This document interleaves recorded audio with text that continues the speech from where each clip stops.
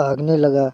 اتنا میں وہ شیر ایک دیوی کا روپ لے لیا، کیونکہ وہ شیر نہیں تھا بلکہ ایک دیوی تھی، اور وہ بھورا سے بولنے لگی کہ تم جسے اپنا مالک سمجھتے ہو، جس کا جان بچانے کے لیے اپنا جان داؤ پر لگائے، وہ تمہارے لیے کچھ بھی نہیں سوچتا ہے۔